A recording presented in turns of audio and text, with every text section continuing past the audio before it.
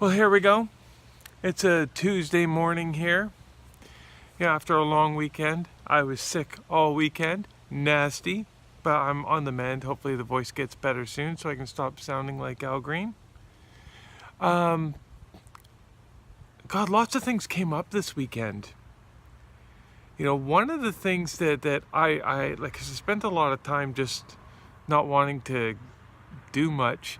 So I was just surfing around YouTube on the weekend.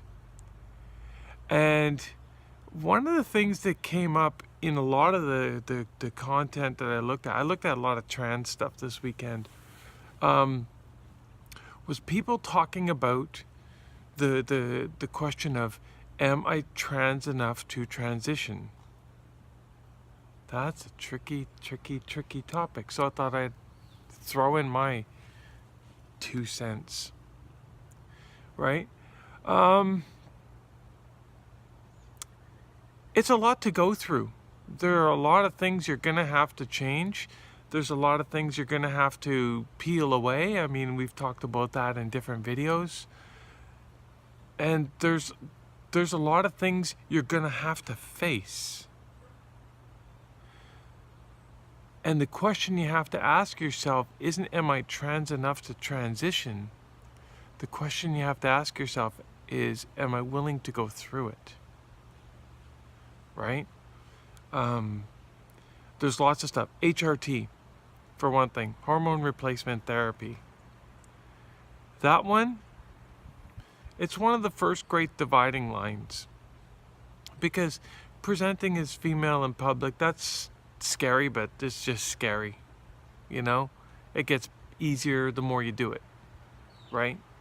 And it gets more comfortable because you become more comfortable in your own skin. But when you start HRT, hormone replacement therapy, and your skin starts to change, stuff starts to grow where it wasn't growing before, there's a bit of a mental realignment, right? Oh, put too much hairspray in. That is the first of the dividing lines, because if you're willing to do that, you're trans enough to transition. Honestly, I've seen that send people running for the hills more than once, right? The changes that it brings in, and some of them are pretty subtle, but you know you're on HRT. I won't talk about the dosages or anything like that. That's something you need to discuss with a qualified doctor. I would caution people against searching for opinions from a lot of people in the trans community as to hormone doses, things like that. It's very individual, right? So be very careful of that if you're considering this, because you really do need to see an endocrinologist who can check everything out about you and make sure that you're not going to be doing some harm. And they can also make sure that you're getting the right stuff down and the right stuff up at the same time, right? So there's no one size fits all answer. So I really caution people against, trying to figure it all out for yourself. Go see a doctor for that. Am I trans enough to transition? Mentally, if you've got things that you're dealing with right now, what the psychology community calls comorbid conditions, I would recommend you address those first and make sure they're under control. Okay?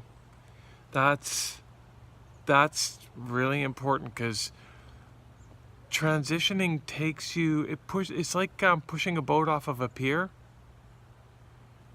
To a point, you're not in touch with anything solid for a while, because you're finding yourself again. I really recommend that you deal with anything like depressions, anxieties, any disorders like bipolar disorder, or anything before you attempt this. Get yourself in the best mental state possible. If your transition is going to include GRS surgery, and it doesn't have to be valid. But if that's part of your plan, I've been through it. I will tell you right now, that GRS is 90-95% a mental game. If you go in there having listened to your surgeons ahead of time, followed their instructions, physically, you will be ready. Mentally is where I think the medical community could actually use a bit of a beefing up, because they don't adequately mentally prepare somebody to go through GRS. I'm mentally pretty strong. I deal with crazy stuff in my life all the time. From when I was a medic and everything like that. Things don't faze me. GRS, I found the recovery from it to be largely a mental game. So I would strongly advise that you speak to people who have done it, whichever way you're going, from male to female or female to male, and get their perspectives. And don't get just one, get lots, so that you can find your fit, right? It's very, very important. And learn to take feedback from other people without it being a big drama, right? There will be things you do that you need to polish up. I mean, oh my. There was a lot I had to learn. From how to walk, from how to do this and that. And I had to just take my mistakes in stride. It wasn't a drama. People weren't trying to invalidate me. They were trying to help. So that's important as well. Are you trans enough to transition? You know what? If you're thinking about it, you probably are. You know, it's important that you have to realize that in these sort of things, the biggest gatekeeper is you. Are you willing to go through it? To whatever extent you think a transition is. If you are, then do it. If you're not, then, well, maybe you need to find another avenue of expression. Maybe you're gender fluid. Maybe you're... I love airplanes. Maybe you're, non-binary, whatever. It doesn't matter. You're still valid. You're still who you are. But if you want to transition, if it's on your mind, pretty much you are. It's not a rank. It's not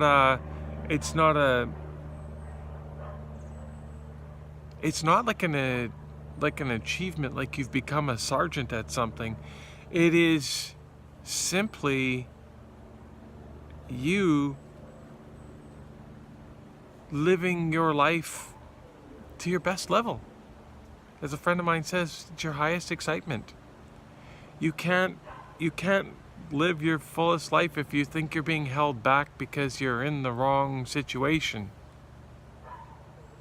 I hesitate to say in the wrong body, because I don't believe that to be true for anybody. I think you're in the wrong situation, because the one really good piece of advice that my counselor gave me on the day one, she said the person you see in the mirror on day one is the same person you're going to see in the mirror when this is all done.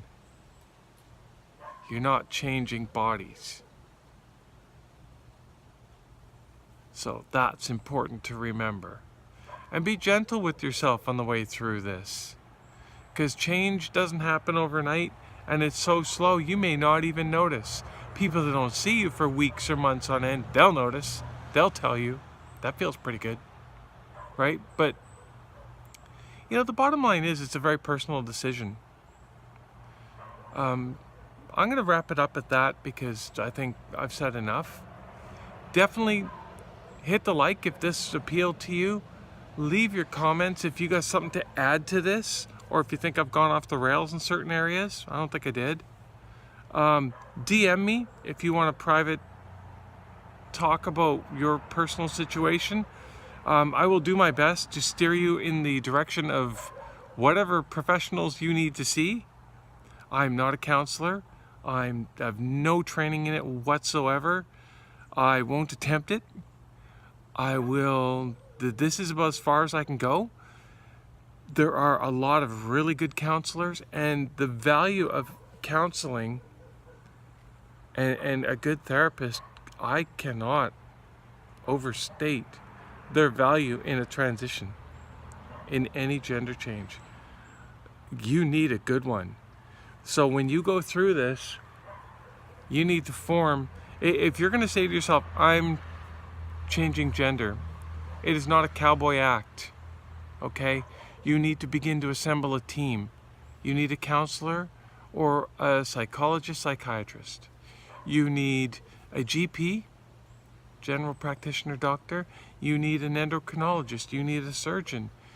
You know, if you're doing what I'm about to do soon, you need a facial surgeon. You need all kinds of things to make your situation right.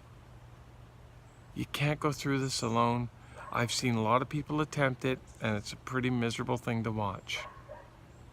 Subscribe, please, if you like this channel. There'll be more of this trans content coming out this week. It's a short week for me. I wanna really hit on a few things. I don't want to pin my channel down to just trans content, but I think it's useful. Okay? Anyway, talk to you guys soon. Bye.